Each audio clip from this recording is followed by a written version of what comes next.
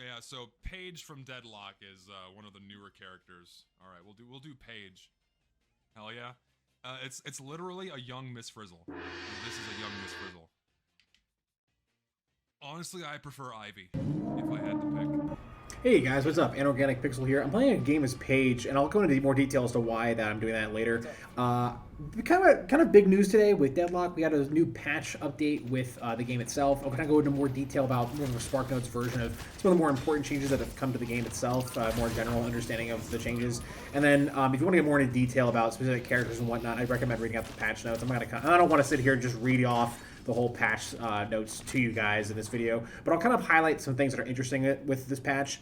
So number one, the way CC has been or is being applied now to characters is going to be a little bit different. So basically, if you get hit with two large CC or stun type abilities, those will not stack in a way that they used to. They'll now basically have a little bit more of a smaller window of effect for the second one that hits you. So the first one's gonna be a lot more aggressive, and then the second one's gonna be a little bit less aggressive.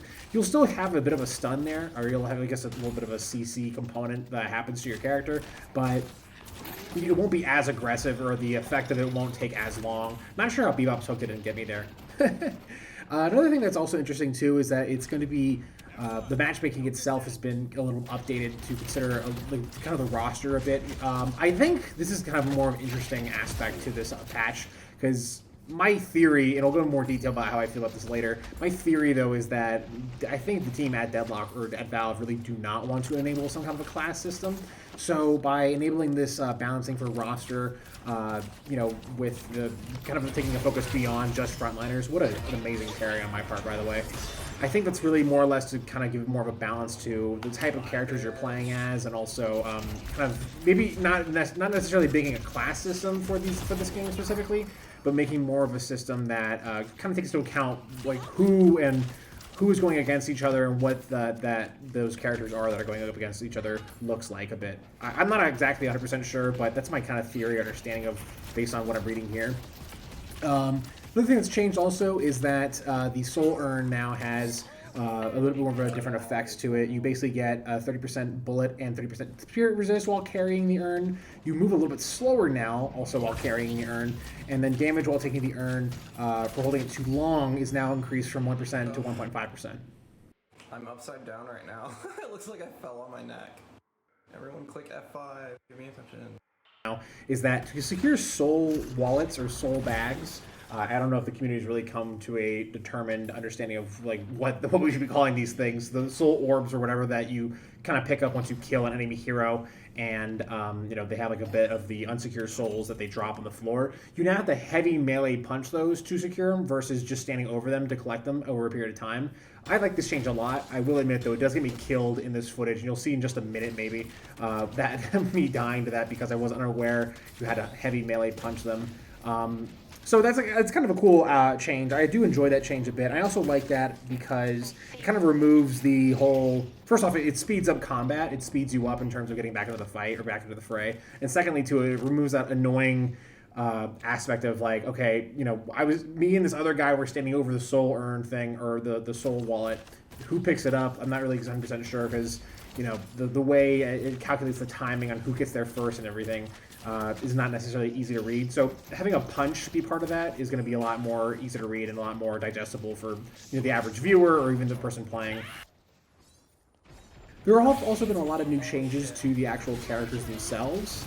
So I'm not going to go line by line, as I said before, for these changes specifically for these characters. But some of them have been buffed and some of them have been also nerfed a bit. I'm playing as Paige, who recently got a very large buff, and I'm going to be honest with you, I was very surprised to see that Paige got the buff that she got and the level of the buff that she got. I think Paige right now could be one of the strongest characters in the game at this current moment. I thought she was pretty strong before, and the reason I think that was because before this video, before getting the footage for the stuff that happened with this newest update, which is what you're watching right now, I was actually getting footage for just a Paige build that I had in mind. I wanted to make it like another video similar to the one I did with Abrams.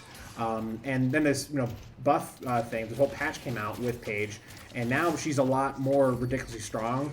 As you can see here, by the way, I'm actually using my horse at that specific spot to try to get all three lanes. I did kind of angle my horse a little too high there, but yeah, Paige is is wicked strong now. This build that I had in mind, and I'll show it on the screen here, is really more or less designed to focus a lot on the books and kind of act as a support role, but at the same time acting to some degree of like kind of just making any fight that you're in a lot more difficult for the enemy team, while not having to get so directly engaged with them. Paige is one of those characters that she's not really big into gun, at least default-wise. She's not really big into her, like, you know, firearm isn't that strong. Her melee is also pretty good, but it could be very easily parried. And she moves very slow, so this whole build was designed to basically first off, fix the problem that Paige, as a base, is, you know, making her a little bit faster to get to the fight. And on top of that, when she gets to the fight, she almost acts as a bit of like an RTS, like a StarCraft 2 type a la gameplay, where you're basically, you know, applying buffs from a distance, throwing down books and making the fight difficult from a distance, everything, and not really being directly into the fight unless it really truly calls for it. I do have some examples without this gameplay you'll see here of me getting really aggressive, and I was really tempted to take some of the old footage that I captured for Paige and potentially delete it. I wasn't really sure what I wanted to do with all that old footage, because now it's outdated because, you know, Paige is now a lot stronger. And I was kind of semi-worried that, like, oh no, I have all this old footage now, and it might be like really hard to get like good Paige footage now, because she might, I don't know, my build might not work with her. If anything, I feel my build works even 10 times. Like, this patch did nothing but buff my Paige build, and it's now really ridiculous. You'll see throughout this video that Paige is kind of a bit of a monster throughout the whole game. And I don't want to spoil too much, but I'll call out some really interesting moments that happen throughout the game itself. So, I mean, honestly, if you want to start winning games, playing Paige might be the move. And I know people have been talking about how gun Paige is really the way to go.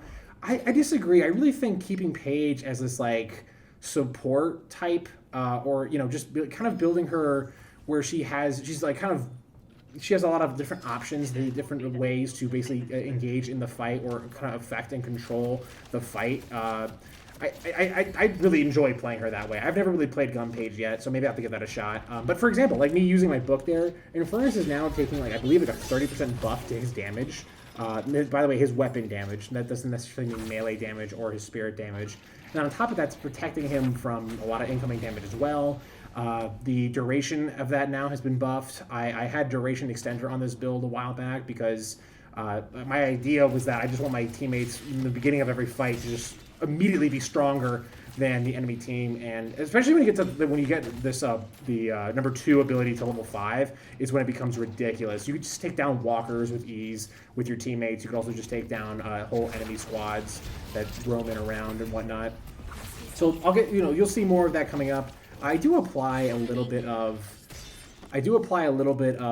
what's that one called, where it basically helps increase the fire, not the fire rate, but the bullet velocity to the gun, specifically with Paige. This is like one of those abilities that I might actually swap out for Express Shot, simply because Paige's, like, you know, ability, her bullets already penetrate, so to go get armor piercing rounds seems a little like seems a little redundant, or seems a little like counterintuitive. So I might swap that out with Express Shot instead. And yeah, I mean, like, that's kind of really what you're seeing here today with this footage and everything. I really want to stress that you should be playing Paige, I think, after watching this video. Paige is, I think, ridiculous right now, and another amazing parry. I have also just gotten really good at Paige at the moment. By the way, here's the moment where I find out, I think coming up very soon, that you have to now punch the soul urns instead of picking them up. It's just, so this leads to my one and only death throughout the whole game. This was kind of a funny experience here. I got level 5 slash, so they die in 2 hits. Like, watch this. Gotta remember to go to the store. Alt. Oh my god, 1 slash, all her 8. Yeah, you gotta punch him. Alright, we're back in. We just respawned. That's really the only death you're going to see today. So this is actually... I was really happy that I got this footage, because it became great footage to use, and on top of that, it became really easy footage to use as well. Normally, I find that when I die a lot is when the footage becomes a lot harder to just kind of make really good for a video. So yeah, the update's been kind of interesting, and the rumor mill has also been kind of circulating a bit. To be transparent, these are rumors that I really have, I think have a lot more water in them than most do normally. I'm not going to go into too much detail in terms of, also a lot of the research and how I found some of the information about some of the stuff that I'm going to talk about soon. But I do think that based on previous updates with Deadlock and everything, that I imagine the same will follow for what I'm about to say here. And, with that being said, we're in the Halloween season, and I imagine Deadlock will have some kind of a Halloween aspect implemented to it with a more recent update. I do believe we're going to get not a major update, but like some enough of an update where there's going to be some new additional features, some new additional characters. I'm hoping we can also potentially see some new game mode options with this newest update. But if I had to really put my money where my mouth is, and I really had to put like $100 bet down, I'd imagine we're probably going to see 2 new characters come into the roster. The rumor mill is speculating that it's going to probably be Boho, and it's also going to be the Ventilator, aka the Priest. These are 2 characters that were really not in the hero testing lab, to my understanding. And the reason I think we're probably going to see these 2 guys again, and we're probably going to end up seeing them delivered similarly to how they introduced these more recent 6 characters that came to the roster. I imagine what we're going to end up seeing is that there's going to be a vote for, applying some of these newer characters. They probably won't do 6 brand new characters out of the gate, but they'll probably have a vote for maybe 2 or 3 new characters, and that'll probably go throughout the entire month of October. I'm hoping we also see some of those October Halloween-themed cosmetics come back, like things like changing the boxes and the golden moles for pumpkins. So that was kind of fun last year. Last year also, they had the Halloween mask applied randomly to some of the characters you used. That was also at a time when this game was still in 4-lane and also still very, very early on in its alpha state. And I remember that really funny thing that happened when those Halloween costumes or those little Halloween masks were out and everything was that the masks weren't really applied to the actual model themselves, so they kind of floated above the model and it always kind of look a little awkward. So who knows? I imagine they'll probably bring something like that back. My guess, and this is really where I'm taking a huge long shot in terms of what I might anticipate for this update, I want to say that I really think that we could probably see that new game mode. However, if I'm being totally honest, if I had to really put money on it, we're probably going to end up seeing some form of cosmetics that you can earn for the characters and everything. And I think that's going to come in the form of these Halloween masks again. They might apply, first off, they might make Halloween masks in a way where they're a cosmetic that you can collect, and you could apply them to certain characters, and there might be a wide variety and array to collect. And my other guess too is that this is kind of more or less to test out the cosmetic aspect of this game. Love that horse, by the way. Throwing the horses down long range is so much fun, especially with this newest update.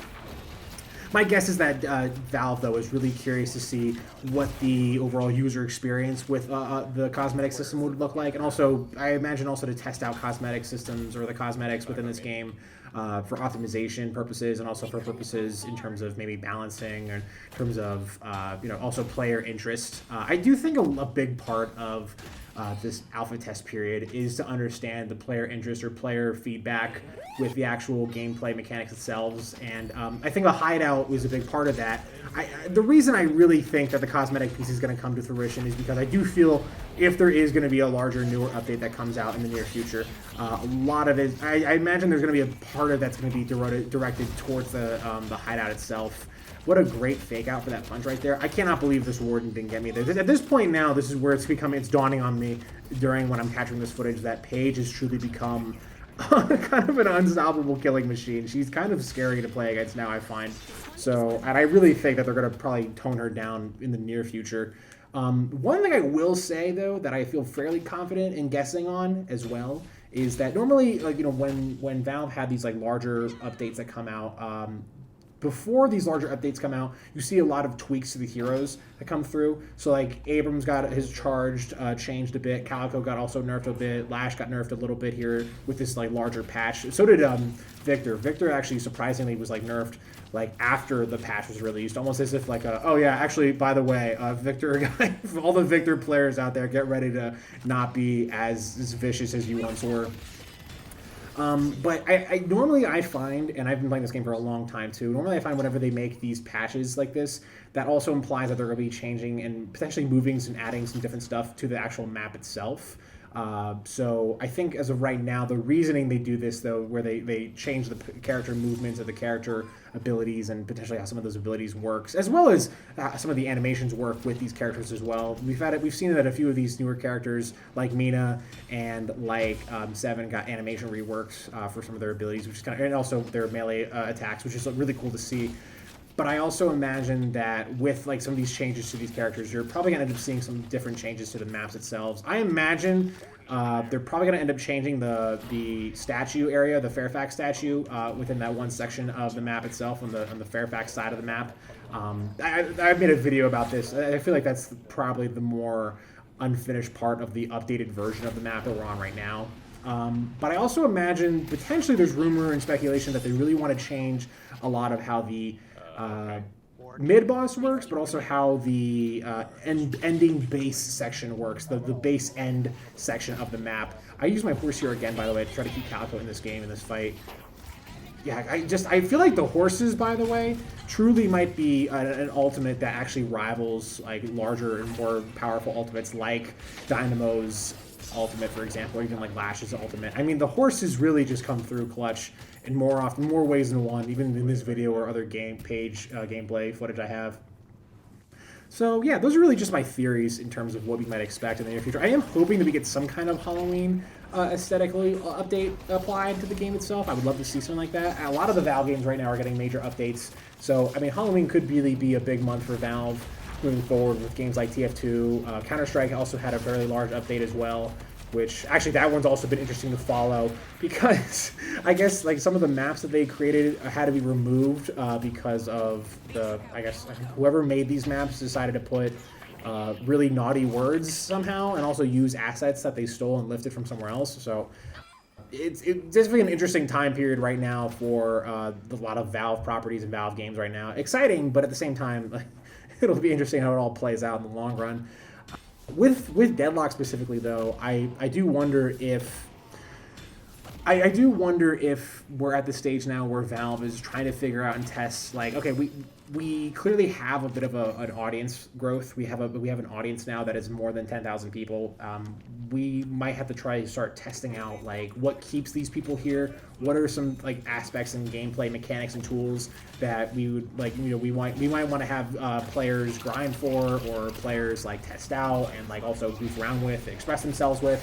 A great example of a game that's kind of like that is Skate 4, which has been getting a lot of coverage as of late as well. I think the main difference, though, Skate 4 and Deadlock kind of share a lot of similarities in terms of how they're testing this alpha stage. Not sure how I did not die to that haze, by the way. Absolutely ridiculous. I survived there.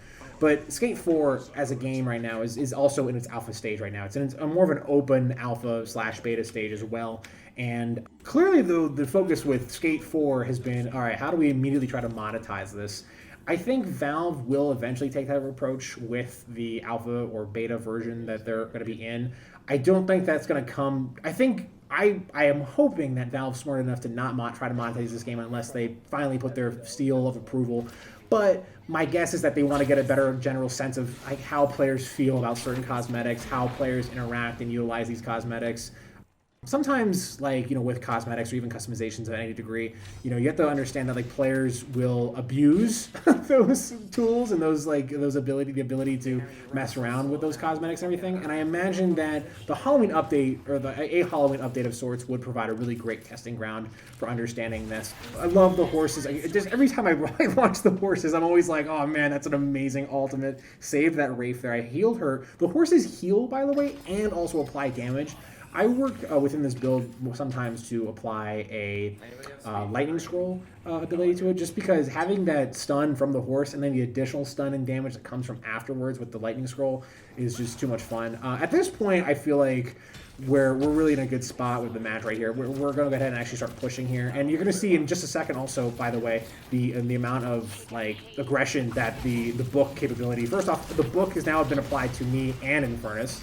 That Bebop Bomb really didn't do it as much of a number as it normally would do on Infernus because of my book. And on top of that, the book kept me literally at full health. I'm able to basically just take a step back here and get this bridge buff here.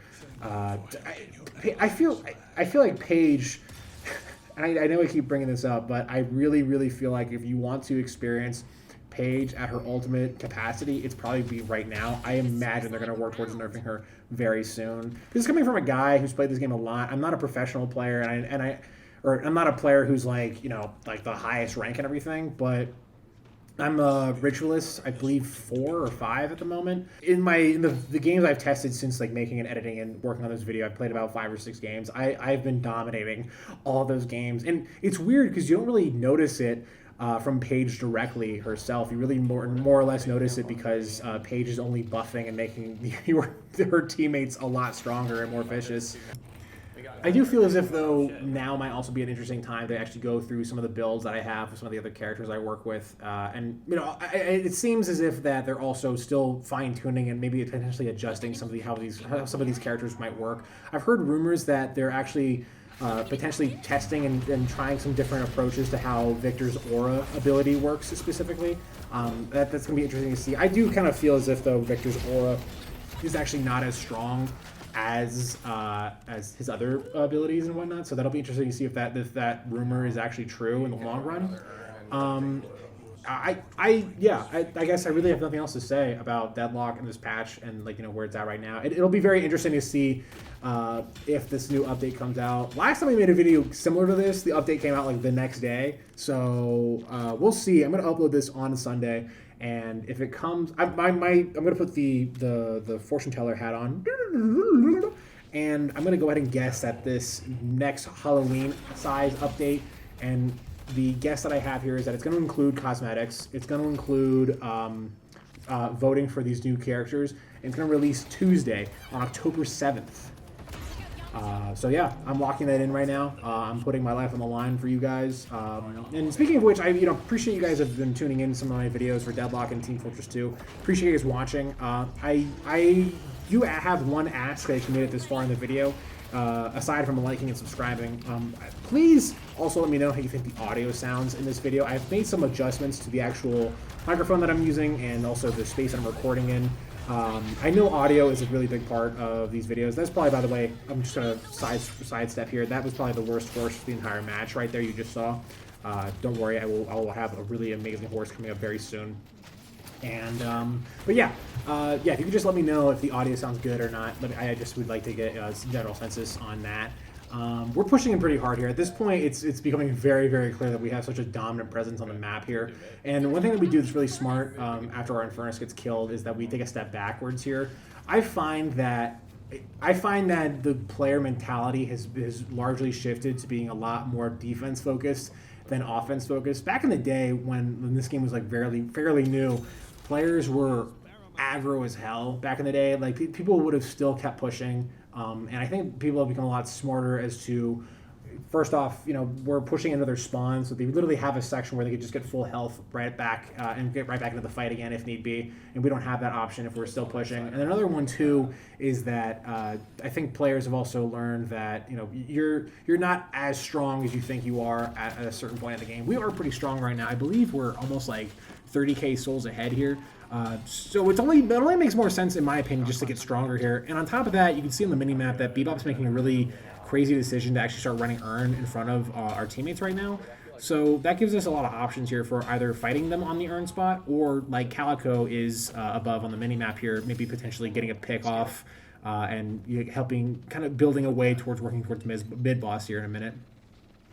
I do feel like this haze is going to get kind of slacked here. I do kind of forget exactly what was going on throughout this match and everything, but you can hear the Warden popping as well. There goes Haze. I figured that was going to happen. I used my book there to keep Calico in the fight, and I do like this Divine Barrier ability. It's a lot of fun to use, mainly because it basically is like it gives you the ability just to apply a debuff remover to your teammates. Here's another thought that I had recently. Do you think it'd be fair to have an item in your inventory that allows for having 2 active items back to back? And I don't mean like this is an active item like and I don't think Echo Shard does this, but like the ability to have a refresher on active items, or have the ability to get 2 Guardian Shields or 2 heal rights back to back. I think that'd be something that'd be interesting to test out. I also don't really know how that would be balanced for. Let me know your thoughts are on that. I feel like that's just something I've been rolling around in my head and thinking about as of late, mainly because I do feel that the way Deadlock or Valve could balance this game out to where they don't have to have a class system involved is if they allow for active items to be kind of the basis for building or having a support functionality for certain characters. But we'll have to wait and see on that. That when that update comes out, that'll be, in my opinion, the big testing ground for me personally and how I feel about this game, because I am not a big fan of the class system personally, and I've also noticed that conversation has died off dramatically over the past several months or so, especially with this newest update that we had with all the new 6 characters coming involved. I'm noticing, by the way, my Yamato is kind of in deep water right now, so I'm going to try to go ahead and save her real quick. I just get her. I literally just get her with the freaking Guardian thing, and thankfully she reads the room on that, gets the hell out of there. Using Paige's sword, by the way, to also hold down this warden here. If you take anything from this gameplay, it's right now is that Paige is really good, and on top of that, I hope it's also how to learn to play Paige a bit better. She's one of those characters that I really am starting to enjoy a lot, and this right here is just a big reason. Look at that crazy horse ult right now. And by the way, the amount of icons I saw when I did this, it was ridiculous. 1, 2, 3, 4, 5, and I think there's about 8 people up there. That was really awesome, and yeah, at this point, it's becoming very, very, very apparent that we basically have them dead to rights here. I go in for the heavy melee on the Paige here. Calico comes in for the kill. I go for the heavy melee on the Bebop. He somehow parries me, which I don't know how. He got me twice throughout this whole game, so kudos to that Bebop for getting me. And kudos for that Holiday for getting me with her barrel there at the very end. Nice job. Yeah, at this point, it's becoming very obvious that we kind of have them dead to rights. We're just waiting for our minions to get involved. And I believe the patron at this point is still up. So we just have to wait for minions to kind of circle in here before we can drop it. Oh, maybe it's not up. Is it up? I guess I forgot it. No, it is up. Yeah, I'm not crazy. Good. Personally, I don't want a class system in this game. I'm not opposed to playing this game with the class system in mind, but I find that this game becomes very interesting when you have the ability to kind of alter your character in a way where you're thinking about your teammates a bit, but also alter your play style a bit here or there. And this is where we kind of go crazy right now, because I grabbed the urn here. And we're running urn while we have 2 rejuves, I guess, and while they're all spawned right back up again here. You might see in just a minute the wall bounce. Nope, I guess not. I didn't wall bounce twice. To my understanding, the way the wall bounce nerf works now is that you have to wall bounce twice, and on the second one, it'll consume half of the stamina bar. Excuse me. This haze comes in. I go ahead and actually drop the urn, force a parry. And just kind of, again, here I go. I'm buffing now the Wraith and the Yamato. So now they are 30% more effective in that fight that's coming up. And I just go ahead and drop the urn off. Yeah, you could call this a support Paige build. To be honest with you, though, you're really not. Your level of support is just like a button click away. You're not really having to prioritize and think only support with this build, I find. It's really a lot more focused on just being in the fight, but making the fight way easier for your teammates, not through healing, but really more or less through buffing them at random intervals and getting your teammates, getting the enemy team surprised with when those random intervals might kick in is really a big component to it as well. You can see here that I'm just running out of like abilities to use here as the game's winding down and we're about to win here. But really, that's all the whole video and whatnot. Thanks for watching. If you like this kind of stuff, leave a like and comment and subscribe. But here at the end is also the player stat screen at the end. And yeah, that's really all I have to say today. Have a good day. Bye.